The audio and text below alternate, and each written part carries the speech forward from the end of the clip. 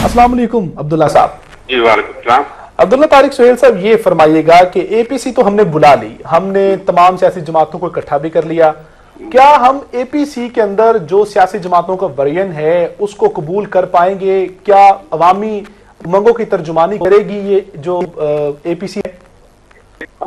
ये तो अभी इनकी जो करारदाद है वो सामने आई तब पता चलेगा, लेकिन अब की जो इतलात हैं उनसे ये लगता है कि मामला पेचीदा हो गया है। मसलन एक तो नवाज शरीफ की तरफ से तनकीद आई है ISI के रूप पर, और उन्होंने इनडायरेक्ट उन इल्जामात की गोया तायीद की है जो अमेरिका और उसके सारी भारत वगैरह लगा रहे हैं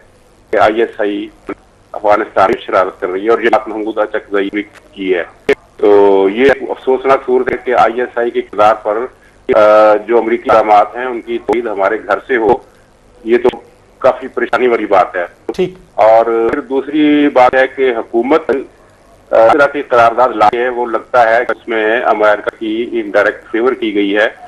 और इमरान खान उस करारदाद पर खत्म करने से इनकार कर रहे हैं। इसका मतलब तो ये हुआ कि हम जो वावेला मचा रहे हैं, मीडिया के ऊपर बात हो रही है, अखबारात भरे पड़े हैं कि हम एक हैं, हुकूमत कहती है अवाम हमारा साथ दे, हम तमाम सियासी जमातों को इकट्ठा कर रहे हैं, लेकिन माननी किसी की नहीं हुकूमत ने, तो फिर ये सारा ड्रामा करने की जरूरत क्या है? ये ड्रामा तो अवाम को बेवकूफ बनाने के लिए किया गया, वरना इसकी देखिए पिछले 3.5 सालों में जो हुआ है वो ये है कि अफगान पॉलिसी नहीं, ये जो अमेरिका की हमायत की जो पॉलिसी है ये सारी फौज की क़यादत की तरफ से चलाई गई है, और सिविल हुकूमत का उसमें रोल सिर्फ इतना है कि वो भी इसकी हामी है। और गिलानी साहब का ये आज ही विकीलीक्स ने इंकशाफ किया है कि उन्होंने जो बाइडेन से कहा कि हम और आप इकट्ठे डूबेंगे, इसका क्या मतलब है? गिलानी साहब अमेरिका की नुमाइंदगी करते हैं या पाकिस्तान की नुमाइंदगी करते हैं? तो जिस हुकूमत का ये हाल हो और फौज की क़यादत जो है वो अवामी या कौमी मफाद के बजाय अमेरिका के मफाद में फैसले करती रही हो, तो उसका भुगतान अब हमें भुगतना पड़ रहा है। और कौम तो हर किसी खाते में नहीं है, कोई क़यादत ना असली ना सियासी कौम को किसी खाते में नहीं समझती है। तो ये एपीसी इन हालात में मामलात हल करने के बजाय, मुझे लगता है, अंदेशा है, खुदा ना करे ऐसा हो, ये मामलात को ज्यादा पेचीदा करने का बास बन सकती है। तो क्या फिर आप समझते हैं कि हुकूमत के लिए मुश्किलात बढ़ जाएंगी, या फिर वही होगा कि जो माजी में होता रहा, करारदादों पर अमल दरामद नहीं हुआ, अपोजिशन जमातें कहती रही कि जी जमहूरियत का सिलसिला चलते रहना चाहिए, तसलसल चलते रहना चाहिए, अब जमहूरियत की आड़ में जो मर्जी ड्रामा किया जाता रहे, खेल खेला जाता रहे, उसकी इजाजत होनी चाहिए? फिर नहीं, हुकूमत के लिए मुश्किलात कोई नहीं होगी, इसलिए कि असली क़यादत भी हुकूमत के साथ है, अमेरिका भी हुकूमत के साथ है, और नवाज शरीफ भी हुकूमत के साथ है। ठीक। हुकूमत के लिए मुश्किलात उस वक्त बढ़ेंगी जब कोई लीडर इन इश्यूज को लेकर अवाम में आए और अवाम रिएक्ट करे, दोनों शर्तें पूरी हों, यानी एक लीडर हो और वो ये सारे जो जराइम होते रहे हैं मुल्क के खिलाफ उनको उठाकर पब्लिक में आए, और दूसरी बात है कि पब्लिक उसका साथ दे, तब हुकूमत के लिए मुश्किल पैदा हो सकती है। वरना तो हुकूमत के लिए अभी मुझे तो नजर नहीं आ रहा कि कोई भी उसके लिए मुश्किल है।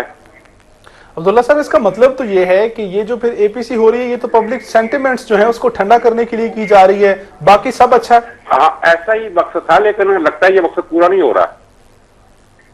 क्योंकि जो कुछ वहां हो रहा है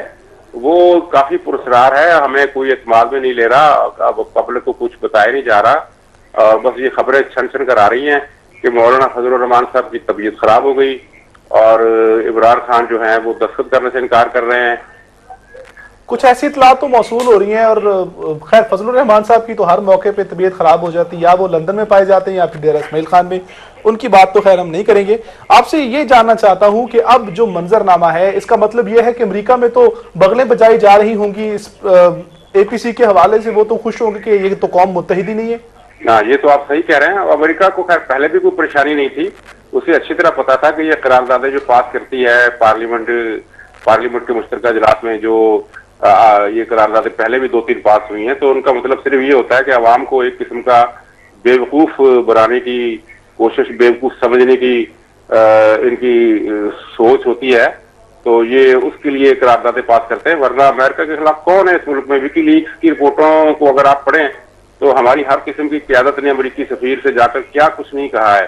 किसी ने किसी की शिकायत लगाई, किसी ने ये कहा कि मैं असद निजार वली को सदर बनाना चाहता हूँ, किसी ने और आप ड्रोन हमले करें, اور ہم شور مچاتے رہیں گے، آپ ڈرون حملے کرتے رہیں، آپ فلاں علاقوں پر بھی ڈرون حملے کریں، ان کو امریکہ کو اڈے یہ دیتے رہے ہیں، امریکہ کو ہر قسم کی اجازت انہوں نے دی ہے، ہزاروں امریکہ کے ایجنٹ لوگ، پریس میڈیا میں اتنا شور بچتا رہا ہے کہ یہ بلیک واٹر کے لوگ آ گئے ہیں اور یہ دہشت گرد آ گئے ہیں، تو بجائے ان کو کنٹرٹین کرنے کے یہ ان کو رعایتیں ملتی رہی ہیں، یا ڈیمنڈ ریوس کو جس طرح انہوں نے رہا کرایا ہے ٹھیک وہ ایک سنگین قومی جرم تھا، تو وہ سب کچھ کے بعد امریکہ کو پریشانی کی کوئی ضرورت ہے؟ ٹھیک عبداللہ صاحب، ہم نے کل اپنا جو پروگرام کیا تو اس میں یہ ہم نے خدشہ ظاہر کیا تھا کہ ہو سکتا ہے کہ جو اے پی سی ہے اس کو ان کیمرہ کر دیا جائے، اور اب ایسا ہی کیا گیا ہے کہ ان کیمرہ کر دیا گیا ہے۔ سوال یہ ہے کہ جب یہ کہا جاتا ہے کہ ہم عوام کو اعتماد میں لیں گے، متحد ہو کے ہم مقابلہ کریں گے، لیکن عوام کو کوئی اعتماد میں نہیں لے رہا، اب انہوں نے ان کیمرہ کر دیا، جو خدشات تھے وہ درست ثابت ہوئے، وہ آپ بھول جائیں، وہ کوئی کنٹرول عوام کو کوئی اعتماد میں نہیں لے رہا۔ ان کیمرے میں کیا ہوگا؟ یہ جو دیکھیے ان کیمرہ میں بھی تو یہ گنتی 40-45 آدمیوں کو تو ہے نا، تو اس میں جو اسٹیٹ سیکرٹ ہیں وہ 45 آدمیوں کے سامنے بھی نہیں لائے جائیں گے۔ یہ ان کیمرہ کا مقصد صرف یہ ہے کہ اگر آپس میں یہ کوئی لڑائی وڑائی ہوتی ہے، کوئی عمران خان مخالفانہ تقریر کر دیتا ہے یا نواز شریف کوئی ریمارک دے دیتے ہیں، تو یہ وہ پبلک کے سامنے نہ آئے۔ گویا بس یہ جو بھی معاملہ ہے وہ اس طرح چلتا رہے گا۔ اچھا عبداللہ صاحب، آپ سے یہ جاننا چاہتا ہوں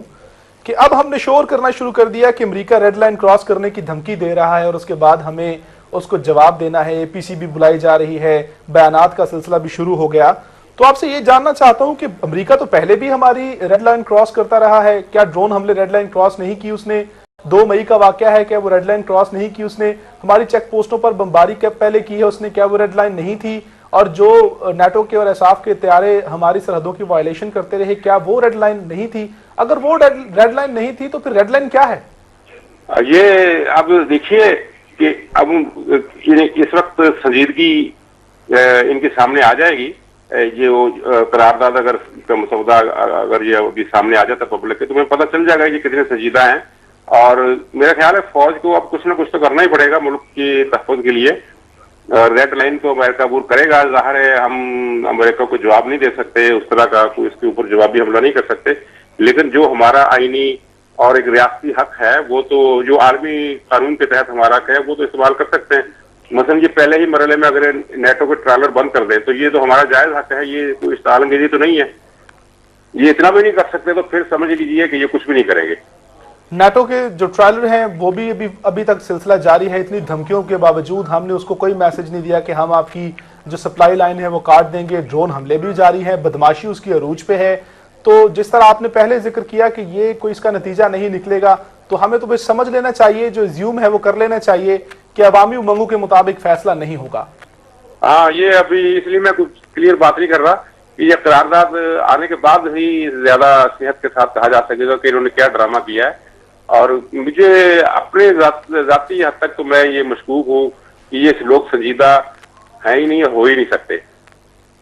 دیکھیے جو وزیر اعظم سوائے دن میں 10 مرتبہ سوٹ بدلنے کے کچھ نہ کرتا ہو، اس سے آپ کیا توقع رکھتے ہیں کہ اسے ملک کے معاملات سے کوئی دلچسپی ہو سکتی ہے؟ بہت شکریہ عبداللہ طارق سہیل صاحب، آپ نے وقت دیا اور اس پروگرام میں شریک گفتگو رہے۔